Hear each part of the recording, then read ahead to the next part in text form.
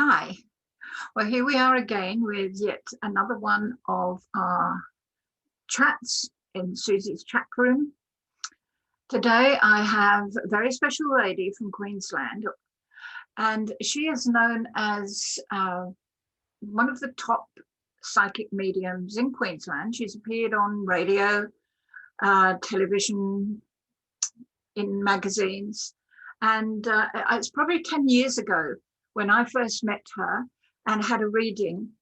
And my daughter had just had twins, so I was very much in that new parent-grandparent zone. And one of the first things she said to me was that your youngest daughter is pregnant, and she's going to have a little boy with black hair. And I said, no, not really, because she just had twins. And Wendy, in her usual forthright manner, said, oh, well, she's pregnant. I actually went home after that weekend in Queensland, and my daughter said, I have something to tell you. So yes, she was already pregnant, and she had a little boy with black hair. So I want you to meet Wendy. As you know, these little chats are to bring people who have an optimistic flair, people who live life in a positive manner. Some people you'll know, some people you won't know, and some people you'd like to know. So this is one of the people that I would like you to know. So please welcome Wendy ROSVALL-BROOKES, all the way from Queensland. Here we go.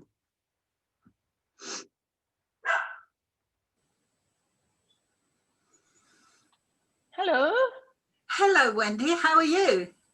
I'm in Norway. Yes, I can see you do get around. Do you like it or not? Yes, it's very in keeping with what you do. Very ethereal. That's cool. This isn't live, is it? Yes. Oh. It's live in as much as it won't be edited. Okay, no problem. It's not going out there at this moment. It will go out there at 8 o'clock on Friday. Okay, so, cool. Moving right along. Yes. One of the first questions I always like to ask is, where did it all begin? I understand that you've always had psychic abilities, that you felt very odd growing up, and this all came to a wonderful conclusion when you were around about 20. So would you like to tell us a little bit about that journey up until that time? Sure, Susie. I'm adopted, and as you grow up as an adopted person, you look for mirrors in your family. And because my brothers had already left home, my parents were older, there was no mirrors, and there certainly wasn't any mirrors for psychic ability. So the earliest I remember, I was about 4 years of age, and nighttime was horrible for me.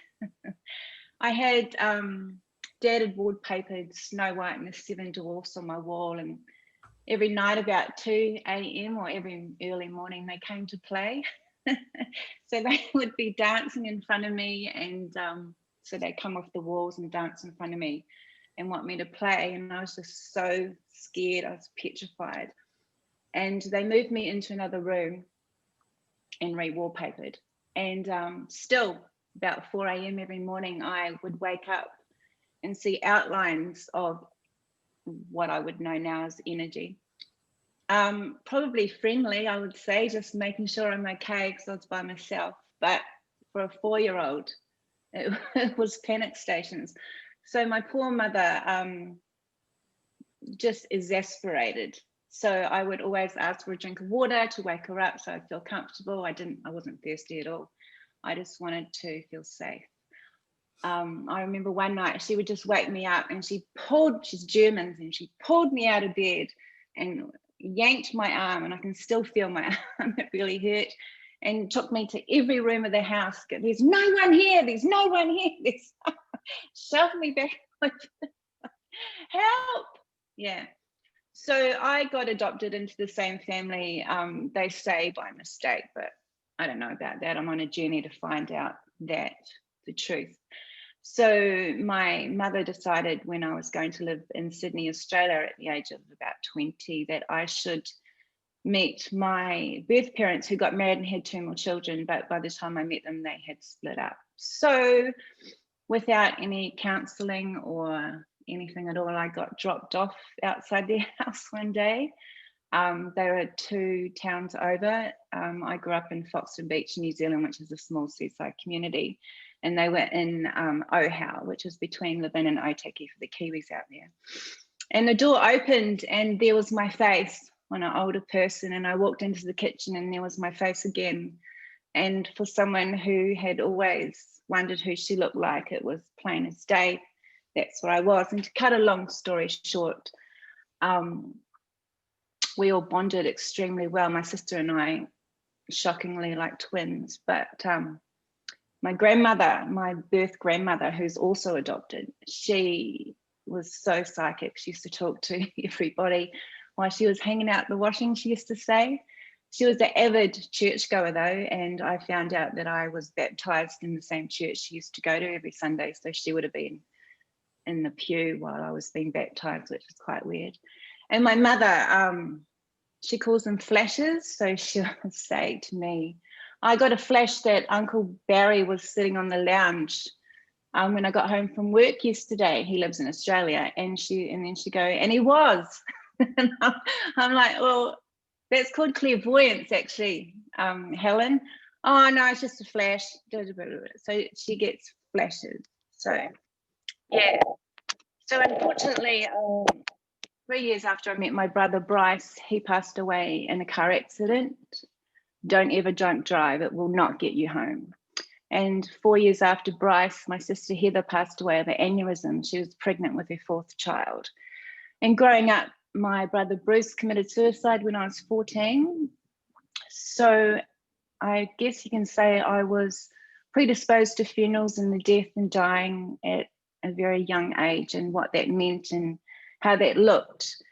Also, because my parents were older, there were lots of funerals for aunties, uncles, grandparents. And my cousin Pauline told me that at one funeral, I was just a little kid, but I yelled a death scream. So I must have been seeing things at the crematoriums and things as I was growing up. So I knew I was different. I knew I couldn't handle bright lights, certain people, lots of energy. I liked being with my dog in forests. I grew up next to a creek and I was always in there swimming all the time. Nature is important to me, still is. When I was 20, I met the local rock musician.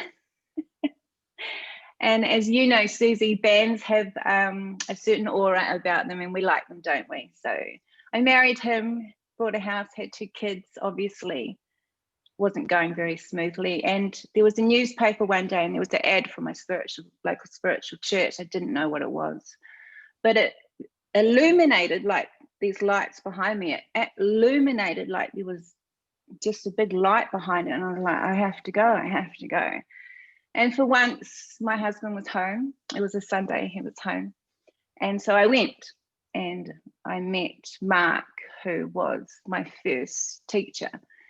And they told me what I had. I had no idea, had absolutely no idea what I could do. All I knew it was the flashes, the movies in my head, the voices, the comfort, the knowing that there's something else. I mean, I went to every church. When I was younger, I spent my life going to churches. I played tambourine at the Salvation Army Church. I knew there was something more. I always felt it. So they taught me. And at the age of 26, I started reading tarot. I had my own business. And I did it one by one. I put it out in the paper and people started coming, and then people started lining up outside my door. I was at that stage, I had read Louise L. Hay's book, You Can Heal Your Life, and I had kicked out my rock and roll husband and gotten on with it. And I put myself through a 3-year natural therapies degree, I suppose you'd call it over here. And I was reading, And then when I finished that degree, I set up a real business in town, and it's going gangbusters. So then by that stage, I had married a local businessman who was lovely, and we made a family with his children. And then we decided, after many trips to Australia, we would move here. And because he's a Leo, nice guy, but he's a Leo, so he didn't really want me reading, unfortunately, and I listened to him. So in Australia, I brought some tarot cards because I knew one day that I'd be using them again. And yeah, like 10 years later, he got involved with Hillsong, and he made a new family in the church, and our family broke up. So then I started reading, and that was about 10, 15 years ago, and read for the local Gold Coast community, and people would fly in, word of mouth, and then Skype came on and the world opened up. And so I sit here today at 53. I'm a global clairvoyant medium. So who would have thought that little girl swimming in creeks with a dog would turn out like this? And here I am. I'm very glad that this is a good conclusion for you, that you've done full circle. Full circle. One of the things that you write on your website is, "To thy own self be true." And when I read that, I felt that you had come so far, as you have explained, from that little girl terrified at 4 years old, and meeting your birth mother, and coming to terms with exactly what you could do and your abilities, that this must be a kind of mantra for you, to thine own self be true, because there's probably a lot of times as you were growing up that you weren't, because you didn't know who your real self was. Would that be right? That would be very right, Suzy. And a word to everyone: never ever differentiate from who you are for anybody, ever, ever, ever, ever, ever. I grew up with so much adversity. I really don't know how I'm sitting here. I was morbidly obese from the age of 4 and under a hospital dietitian. I got such a hard time at school. I had lost quite a lot of weight from high school. They brought me a trampoline. So yeah, I was okay at high school, but still so much. My brothers, one to this day is just shocking. My mother, I don't think, was ever really happy. She took it out on me. Girlfriends that have let me down, cousins that have let me down, husbands that have let me down. The one thing I've always had is my gift and my children. And through all of that, just stay true to yourself, because one day you'll look in the mirror, and I promise you it will all be okay, and it will all work out. And it might not be till you're 53, but it will be someday. So you just stay true to yourself. Don't worry about what anyone says. No one. Just worry about what God says, or whatever your belief system is. So to thy own self be true, damn straight. As I said, this is an excellent mantra for yourself and for everyone to remember. The only mantra, Suzy. The only mantra. Yeah. The only my one. own self be true. Mm-hmm. I was very sad to hear that so many of your family that you had grown to know or re-know and love passed away. Being such a wonderful medium, are they around you all the time? Do you chat to them? My sister is constantly around, and people talk about synchronicities and messages. She has proved to me time and time again, over and over, absolutely. My brother Bruce, who committed suicide, he's one of my helpers now. I hear my auntie in my ear when I'm cooking, Auntie Hazel, and I quite often hear Stan or Bessie when I'm reading, which are my grandparents. I'm both blood and not blood. I have a comfort. Yes, I've lost 3 siblings. My father is also terminally ill in New Zealand right now and will pass any day now. I can't get to him because of this COVID thing. but I have comfort in knowing that this here is just a spacesuit, Susie, and our essence or our energy lives on, and we all get together again. And this life here is 5 seconds long, 5 seconds, 5. And it's only about lessons, that's all it's about. So for me, I have a comfort, and for other people, there isn't such a comfort, which is why they would come to someone like me to get that. And why we're here, we're only looking for peace. That's all we're looking for. In every problem, we're only looking for peace. And I suppose I have that peace because I have a bit extra. You know, some people can sing. I can do this. I try and sing. It's not that great. I'm with you. Understand? When you said that there weren't a lot of people in your life that hadn't let you down or that you trusted, there was your own self, there was your children, I would just like to interject a little bit there, because you have influenced and helped hundreds of people over the years, hundreds of people. Now, not everyone comes back to you and says, you know, you said that, well, this has changed my life. You know, when you said that, it just dawned on me. But they felt it and they moved on with their life, and they didn't necessarily come back and tell you. So I am their voice, and I'm telling you from personal experience and from my family that you make an enormous difference to so many people, and they're with you, and they will see you here, and hopefully they will get in contact with you. You want to make me cry, don't you, Susie? I'm not really.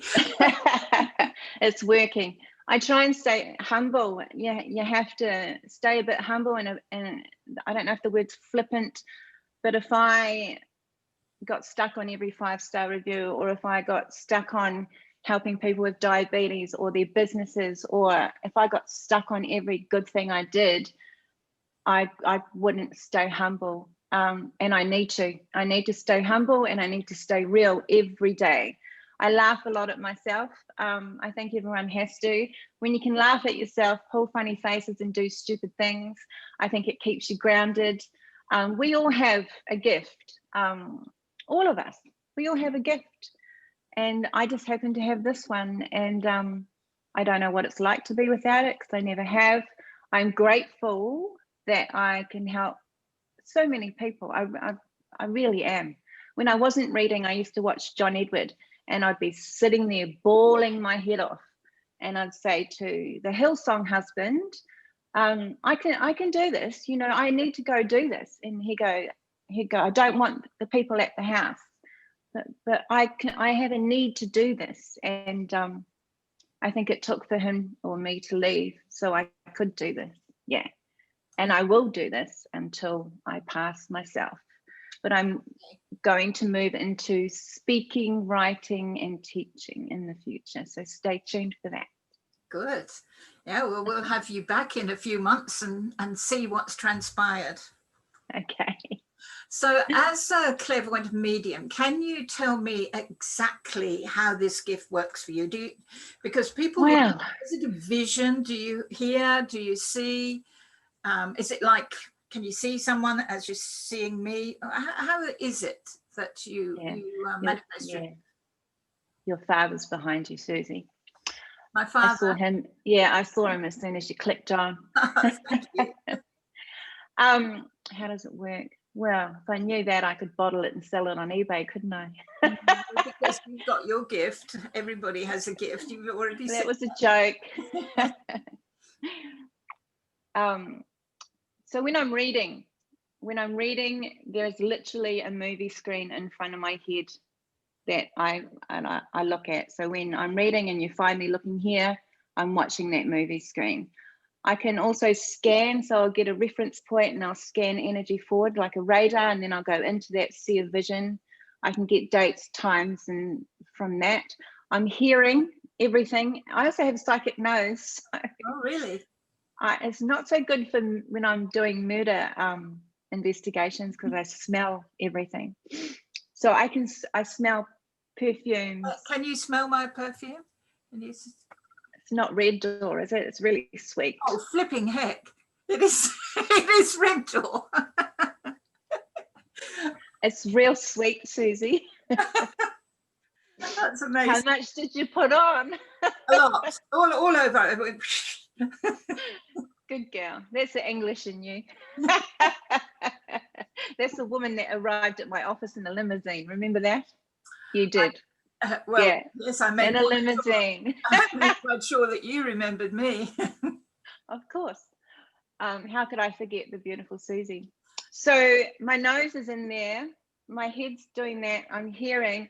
You're also hypersensitive. So everything is feeling everything. So everything. So I can get pain in my body. I can feel grief. I can feel laughter. I can feel love. I can put this inside a body and scan and see what's working and what's not working. So I can go into the stomach and see if you had breakfast. So I can do all those things. I believe for everyone, they have different things. I can also heal. So I can also sometimes transcribe different languages also. Uh-huh. So if I'm at a shopping centre and I'm relaxed on a day, I don't shop, but if I have to go, if someone's speaking a language, I sometimes know what they're saying, even if it's Mandarin. Okay. That's really interesting for me. So the gift has no bounds. I can teleport, I can do remote viewing, I can go anywhere in the world and see what people are doing. It was really handy for when my kids were teenagers. Right now, with my father dying, I can go to his bed, touch his hair, whisper in his ear, which gives me great comfort. I can remote heal. I don't know. I stopped training from the age of 32. I don't know what's left really, except for to teach humans how to be down here for the next part of the journey, which is unfolding before our eyes. It is, and we are very fortunate to be living in these times. Yeah. We're born for these times, and when people come to me in fear, friends, clients, family, I say, we're born for this time. Just make sure you can grow vegetables, have access to water, and know how to heal vibrationally with natural medicines is the key to everything. Yes, and I think we have to keep repeating that, because so many people have sort of been stuck in a way of life that they think that's it. They don't look beyond it. And certainly I've started growing vegetables. Yay. So, some are flourishing and others have disappeared altogether. I think it might be the possums or the cockatoos, but I don't do anything about it, because we need to share, don't we? To these dear little creatures. To share. And who said humans were top of the food chain anyway? You know, I look around at what man has done to this earth, and my daughter and I just watched the David Attenborough movie, The Legacy. Have you seen it? I haven't, no. I invoke everyone to go and see it and watch it. What we are leaving to our grandchildren is a catastrophe, and we are all damn responsible. So everyone needs to do something, because we won't have much earth left if we don't.